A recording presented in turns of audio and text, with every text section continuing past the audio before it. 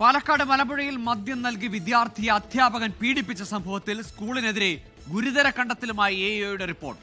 പോലീസിനെ അറിയിക്കുന്നതിൽ സ്കൂളിന് വീഴ്ചയുണ്ടായെന്നാണ് കണ്ടെത്തൽ. വിവരമറിഞ്ഞ് 2 ആഴ്ചയ്ക്ക് ശേഷമാണ് പരാതി നൽകിയതെന്നും റിപ്പോർട്ടിൽ പറയുന്നു.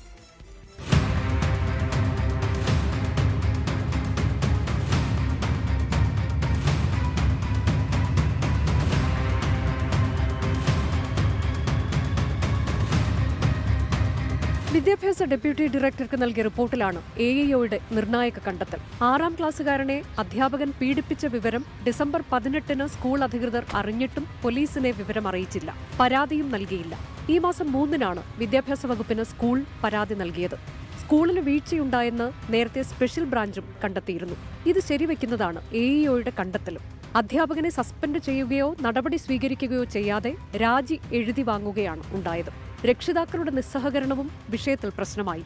വിദ്യാർത്ഥി സഹപാഠിയോട് നടത്തിയ തുറന്നു പറച്ചിലിലാണ് നവംബർ 29-നുണ്ടായ ക്രൂരപീഡനത്തിന്റെ വിവരങ്ങൾ പുറത്തുവന്നത്.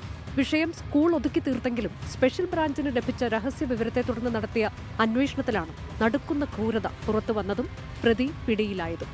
24 പാലക്കാട്.